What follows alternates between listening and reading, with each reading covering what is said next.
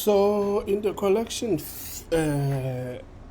family, we have a lot of new things that we see today that makes working with a list of objects a bit easier for us developers.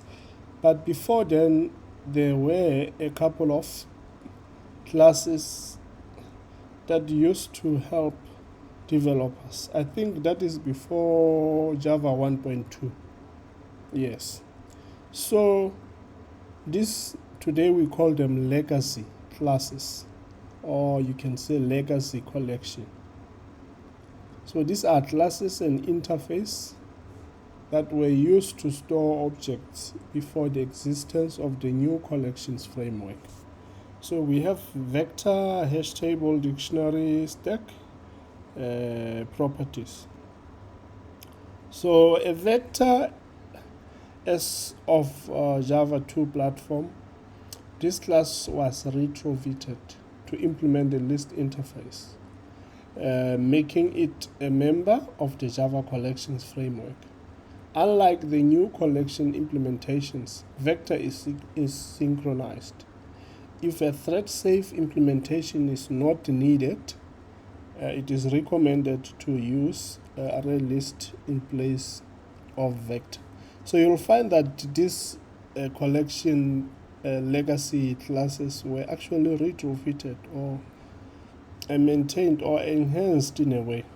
Then we have hash table. This class was also retrofitted to implement map interface, making it now a member of the collections framework. Unlike the new collection implementations, hash table is synchronized. And if a thread-safe implementation is not needed, it is recommended to use the HashMap in place of the hash table. And if a thread-safe highly concurrent implementation is desired, then it is recommended to use concurrent HashMap instead of the hash table. We also have a dictionary which actually maps keys to values. So map interface takes the place of the dictionary class today, which was a totally abstract class rather than an interface. And then we have a stack. The stack class represents a last in first out, LIVO as an abbreviation, stack of objects. A more concrete and consistent set of LIVO stack operations is provided by the DEC interface and its implementations, which should be used in preference to the stack class. Then we also have properties, and this actually is a hash table. It implements from a hash table, and we already saw the hash table is synchronized, is thread safe, and all that. Now let's talk about the new collection framework. So the Java platform includes a collection framework, and a collection is an object that represents a group of objects. A collections framework is a unified architecture for representing and manipulating collections, enabling collections to be manipulated independently of the implementation details. This is one thing that makes collections framework to be such an interesting phenomenon, or an interesting topic, or you can say implementation, or an API in the Java language. Then what are the benefits of the new collections framework? We see that it reduces programming effort by providing data structures and algorithms so that you don't have to write them yourself. Number two, it increases performance by providing high performance implementations of data structures and algorithms, because the various implementations of each interface are interchangeable, and programs can be tuned by switching implementations. Then another important thing is that it provides interoperability between unrelated APIs by establishing a common language to pass collections back and forth. And so also it reduces the effort required to learn the APIs by requiring you to learn multiple and ad hoc collection APIs. We see that also it reduces the effort required to design and implement APIs by not requiring you to produce an ad hoc collections API. Also, we see that it fosters software reuse by providing a standard interface for collections and algorithms with which to manipulate them.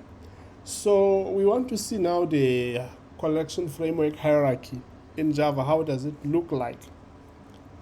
We see that at the top we have iterable. Then below that we have collection. Then below collection we have 3 things: list, queue, set. Then we see that below list we have a couple of many implementations. We have array list, we have linked list, we have vector, we have stack.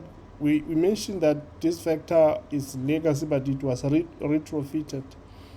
Then we have a queue, and under queue we have priority queue, we have a deck, we have array deck, and then we see that array deck is actually is a list, and also it's a linked list, and also it's a deck.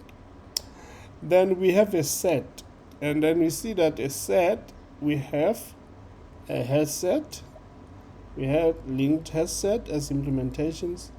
We also have what we call sorted set, and then we have a tree set. We also have navigable set. It's just that we cannot actually have everything displayed on the diagram because we have a lot of interfaces and classes in the collections framework. Then we also have a map. A map, although it's not really a collection per se, it's part of the framework. It's not a collection in a sense that it's, as you can see, it's not in the hierarchy here, but it's included in the collection framework, just because the way you manipulate a map is pretty similar to the way you do with other collection types.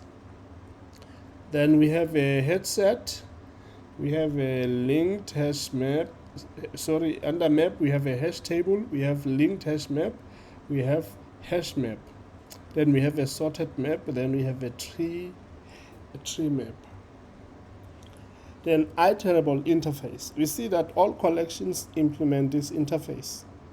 Then implementing this interface allows an object to be the target of the enhanced for statement. Sometimes called for in a for each loop. You can actually use this. Then you have collection, the root interface in the collection hierarchy. A collection, as we saw, represents a group of objects known as its element. The JDK does not provide any direct implementations of this interface. It provides implementation of more specific sub-interfaces like set and list. Then a list, what is a list? Is an ordered collection, also known as a sequence. The user of this interface has precise control over where in the list each element is inserted. The user can access elements by their integer index, position in the list, and search for elements in the list. Then we have a set. It's a collection that contains no duplicate elements. More formally, sets contain no pair of elements, E1 and E2, such that E1 dot equals E2, and at most one null element can exist in a set. As implied by its name, this interface models the mathematical set abstraction, as we can see. So we saw that you cannot have two duplicate elements, you can only have one null stored in a set.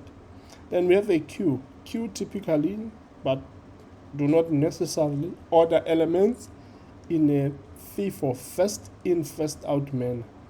Among the exceptions are priority queues, which order elements according to a supplied comparator. Then we have a map. not part of the collection but included. An object that maps keys to values. A map cannot contain duplicate keys.